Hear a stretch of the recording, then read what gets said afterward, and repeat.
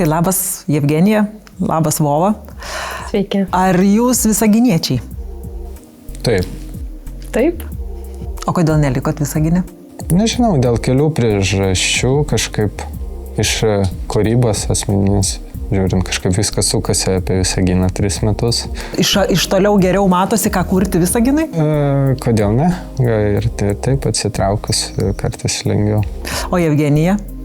Aš tai irgi po mokyklos studijavau Vilniuje ir po studijų grįžau ir kol kas esu čia. Nežinau, irgi dar kiek metų nesuprantu savo planų, bet kol kas vietai. Tai kodėl čia gera gyventi? Mano viena didžiausių priežasčių grįžti buvo gamta, nes aš nuo vaikystės joje buvau, stovyklavau, su palapinėm visada vaikščiau ir man labai trūko to Vilniuje, ypač senamiestį aš gyvenau.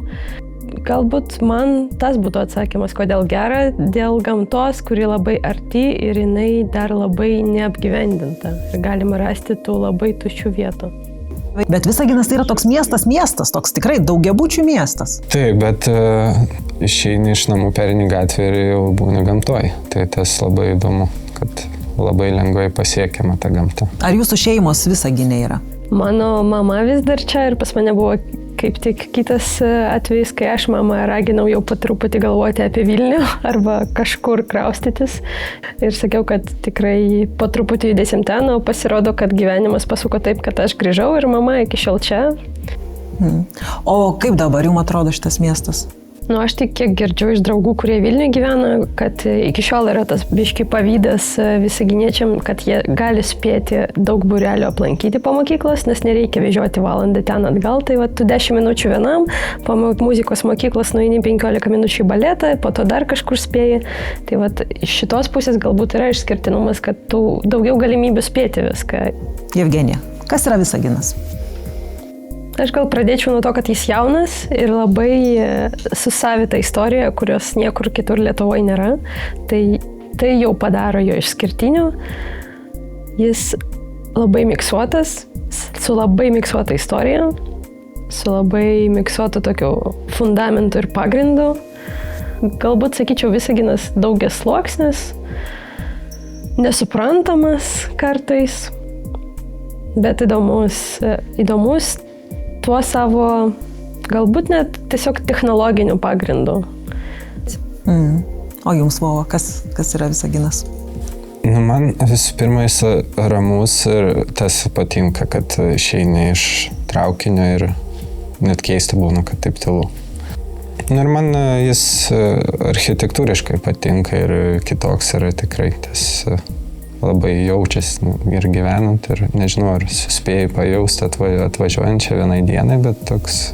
Ir tas kaip gamta su miestu susidraugauja, čia irgi toks labai įdomus dalykas ir kitaip yra nei kitose miestuose. Jo, čia yra to tokio, kad išeini ir atrodo miške, lygiasi miške, bet tuo pačiu lygiasi mieste ir negali ir tie atskirti. Architektūra tokie atrodo įprasti, daugiabučiai gal ir Vilniuje rajone tokių rasi, bet jie taip įmantriai sudėlioti, sujungti. Kas yra tas jungties taškas mieste, kas apjungia šitos žmonės? Ar jie turi, ar atominės tas, pavadinkim, uždarimas ir ta pradžia to išardymo pakeitė iš esmės tą bendruomeniškumą, tą dvasią, ar kito kas nors mieste? Nežinau, man atrodo, kažkaip kito jungties jau ir nebėra. Ir kai, ir man asmeniškai labai baisu, kai ten išardys ar neišardys tą atominę galų gale ir iš vis nebus tos vietos ir tos jungties taško. Tai man atrodo, čia dar labiau užbirės ir tas uždarimas buvo labai jautėsi, kad paveikė tą viltį į priekį ir viltį apie tą gyvenimą laimingą. Aš tai nežinau, aš nebijau gal ir gal liūdna, kad nes miestas dėl elektrinės ir buvo pastatytas, bet dabar daug galimybių yra atrasti kažkokį naują bendrumą. Ir šiaip tam bendruomeniškumui, man atrodo, miestas yra labai geras pagrindas. Jis toks ir nutolęs nuo kitų miestų, kompaktiškas jis, atrodo, kaip toks miestas didelis bendrabutis galėtum. Kaip ir viskas padaryta, kad veiksų bendruomenė. Tai dėl ko tie žmonės turi atvažiuoti į Visaginą? Tai aš sakyčiau, jeigu norit pamatyti tokį filmą realybėj, atvažiuokite į Visaginą. Kaip ir Vova daug tą architektūrą minėjau, nes man pačiai, kai pradėjau domėtis giliau apie tą statybas ir kaip buvo suplanuotas miestas, tai man čia buvo tiek atradimų, kiek protingai galima sugalvoti visą infrastruktūrą tarp pelkių. Tiesiog suprasti, kad galima kitaip ir galima labai organiškai apgalvoti visas detalės, kur vaikas turi nueiti, kiek metrų čia turėti, kiek darbuotojų iš atominės turi, po kiek minučių jis turi atsirasti miške po darbo. Tai čia tiek apgalvota viskas, atrodo net tas filmo jausmas kartais ir mane supa.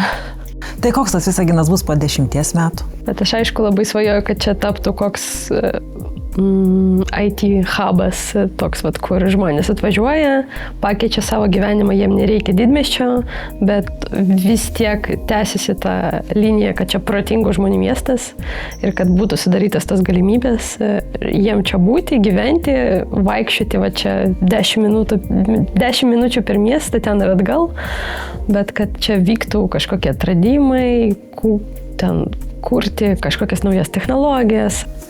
Nu tai dar pasivaikščiosim po miestą ir dar pamatysim to miesto grožio ir tų įspūdžių, ar ne, kas galėtų ir mus pačius matyti atgaivinti būnant šitą mieste ir kas galėtų patraukti atvažiuoti į miestą, kuris jaunas, kaip sakot, nėra ne vieno miesto, kuriam 50 metų, kuris galėtų vadintis miestu ir kuriam būtų tiek nedaug metų Lietuvoje. Ir kuris būtų tiek prisipildęs istorijų visokiausių.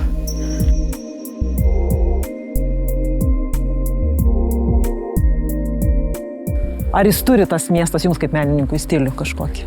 Turi ir man, aš visai skaudžiai reaguoju tos pokyčius tokius neatsakingus. Kaip pavyzdžiui? Kaip griaunama kažkas, kai atrodo gal kažkam atrodo nevertinga, bet po truputį išnyksta tos dalis, tokios tikrai charakteringos ir būtent tik Visaginui būdingos.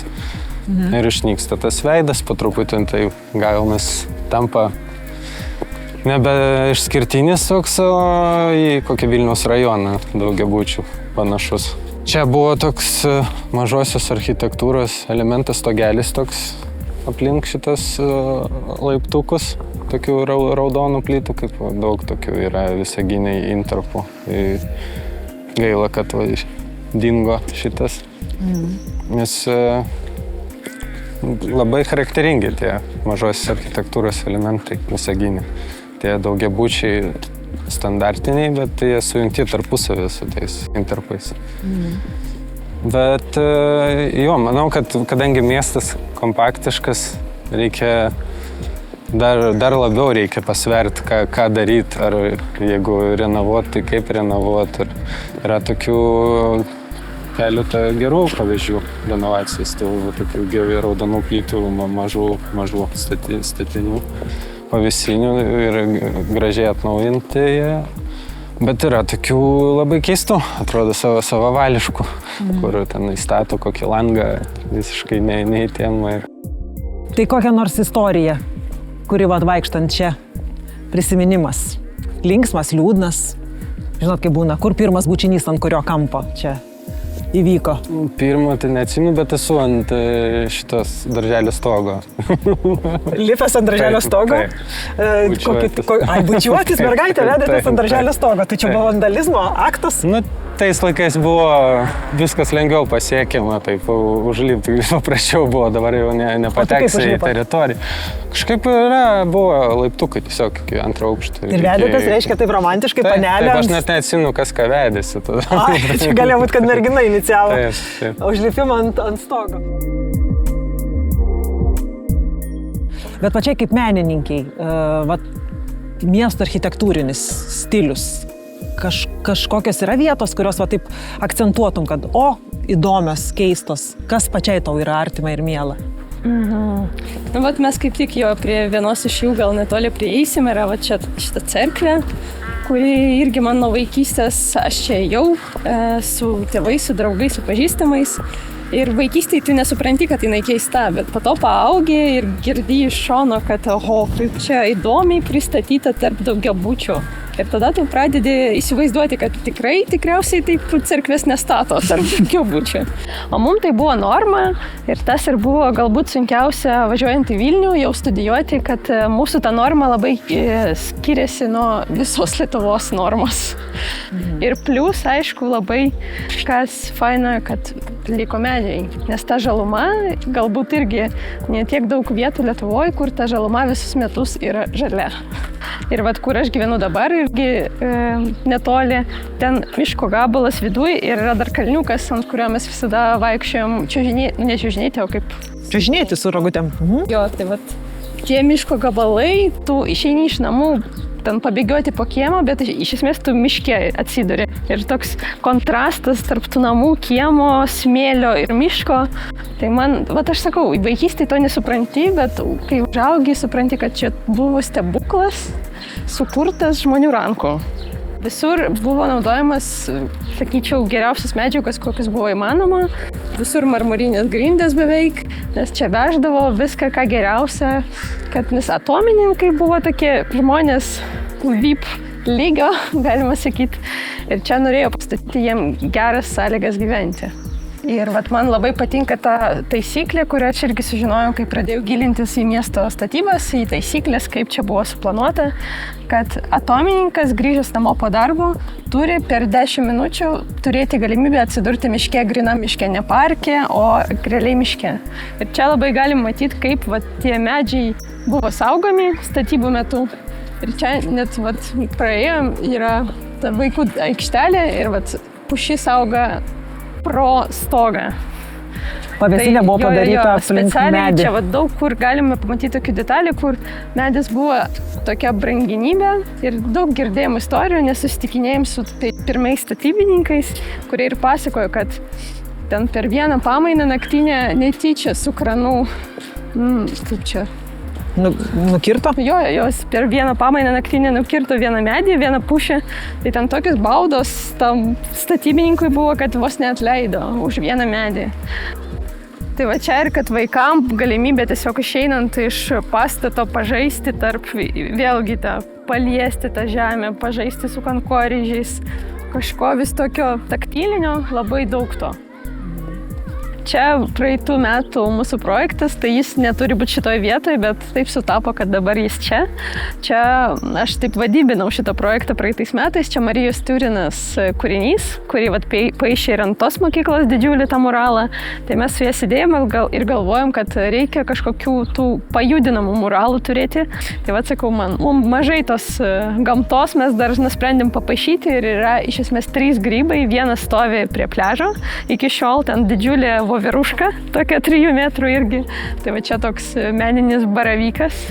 Jis stovėjo irgi vienoje iš pievų netoli ežero. Ir buvo dar 3, kuris prie pat ežero stovėjo. Tai mes, iš esmės, mūsų svajonė buvo sukurti ten kokių 20 tokių skirtingų instaliacijų miške, jeigu būtų dar su šviesa, kada nors padaryti dar įspūdingiau. Tai linkiu, kad įsigyvendintų visos idėjos, ar ne? Aš irgi. 50-mečio miesto 50-mečio proga linkiu visų idėjų įsigyvendinimo. Labai tikiuosi. Ačiū.